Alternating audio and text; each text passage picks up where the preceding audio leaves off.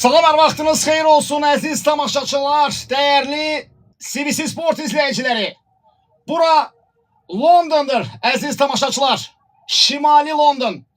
Ürəyi topçularla döyünən azarkeşlərin futbol məbədi Emirates'dir. İngiltərədə məğlubiyyətsiz çempion olmağın dadını bilənlərin klubu Çempionlar Ligasının mütləq rekordçusu Real Madrid'i qonaq edir. Bir tərəfdə Arsene Wenger yadigarı Thierry Henry'nin kapitan olduğu İngiliz gemisi. Diğer tərəfdə isə futbol tarixinin en titullu komandası olan İspan krallarının temsilcisi. İkinci Filipe'nin məğlub edilmez armadası, yoksa birinci Elizabeth'in zəfər qazanan o möhtəşəm donanması. Tarixə baş vurarak Arsenal Real Madrid görüşünün əvvəlini sizin için bu cür təqdim etmeye çalıştım. İndi cərmə zərbəsi yerinə yetiriləcək.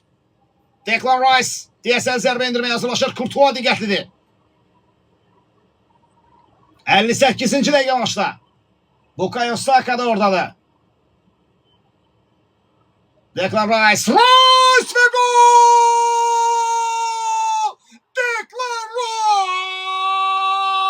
Mükemmel zərbə! Muhteşem gol! 1-0!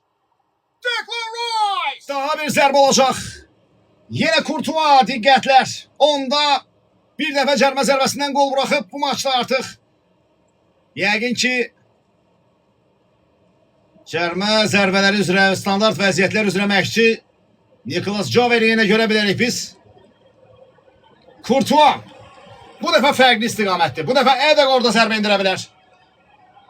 Declan Rice da işarə verilir. Declan Rice cərmə zərbəsindən dubl edərlər o. Declan Rice! Oy oy oy oy oy! Yoxdur belə şey! Declan Rice! Neler edir bu? Neler edir Rice? Muhteşem bir şeydi bu. Cərmə zərbəsindən muhteşem gol.